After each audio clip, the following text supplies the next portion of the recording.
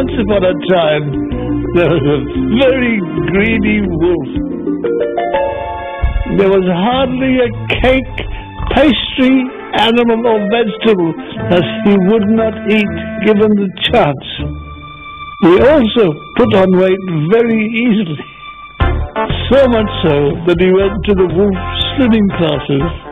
He was thrown out of the class for eating one of the other slimmers, an overweight goat.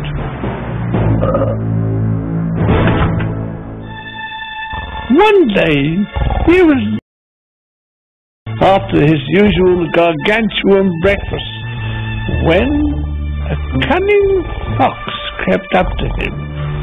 The wolf pretended to be asleep, but opened one eye. The wolf did not like foxes. For one thing, he could not eat them, and for another, they were too cunning by half. The fox swished his bushy tail under the wolf's nose. Tickle, tickle, tickle, went the tail, until the wolf could pretend no longer. Ah, tickle, went the wolf. Oh, out fox again, said the fox. Did you notice? No one ever said out wolf, always out fox. You may be cunning, my bushy-tailed friend, but notice how much bigger I am than you. That's because you're always eating, and no doubt you could do with some more food right now. The fox explained that he knew that the local butcher shop had just had a delivery of meat. Let's go and get you a joint of meat. On the way there, they passed the vicarage. The vicar's wife had just made a wonderful meat pie, and guess what? The silly woman left it on the windowsill to cool down. The smell of the pie wafted through the air. Quick, get down, whispered the fox, or the vicar may see you. The wolf hid down below the windowsill, while the cunning fox reached up, grabbed the pie, and demolished it in a couple of mouthfuls. Hey, wait a minute, that's not fair. What's all this? Oh, out fox again, said the fox. That's twice in one day. Well, when we get to the butcher's, it's me, do you hear? Me who does the eating. And you are gonna do the watching.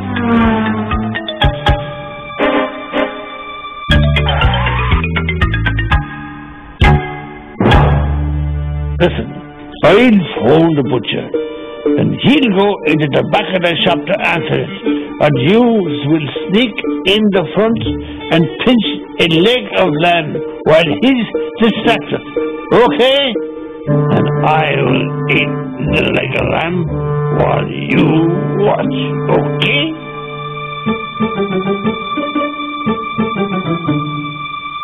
The wolf heard the phone ring as he tiptoed up to the shop. As the butcher went to the back to answer it, the wolf seized his chance, taking not just one, but many legs of lamb. Good morning, this is Mr. Jones, said the butcher. Oh, top of the morning to you, said a foxy voice. I think I left my purse on your counter. Could you check it for me? Of course. As he re-entered his shop, there was the wolf, loading himself up with legs of meat. Get out of here, yelled the butcher, chasing after the wolf with his prized meat cleaver.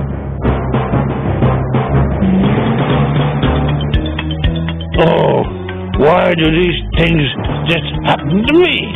'Tis because you's greedy.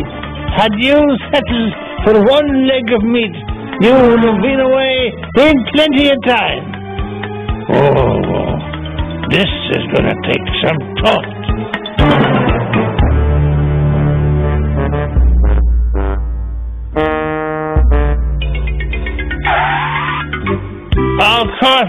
"You could give the Austrian baker a visit.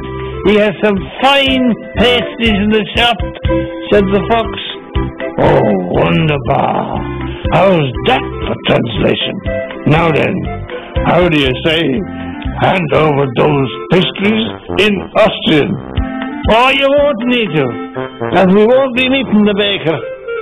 The fox explained there was a gap just big enough to squeeze through into the baker's pastry larder. Yummy, yummy, yummy. They would sneak in, eat their fill, and make off before the baker returned. Eventually, they were both inside, but the fox was not at all at ease, hopping here and listening there. "Will you relax?" said the wolf, tucking into his 27th pastry. But the fox was sure he could hear the Austrian baker coming. "I'll be coming round the corner when I come, tra-la-la-la-la," sang the baker as he approached the larder. "Quick," said the fox, darting to the gap. But the greedy wolf had eaten all the pastries and was too big to get through. His fat bottom was sticking out as the baker entered. "So, hein! We have the visitors, and he's going without paying the bill." The Austrian baker locked the wolf in the now empty larder. "Mind you, the baker did give him some washing to do to while the hours away.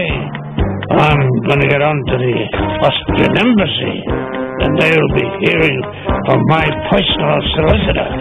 We'll get him thrown up." Oh, out fox again.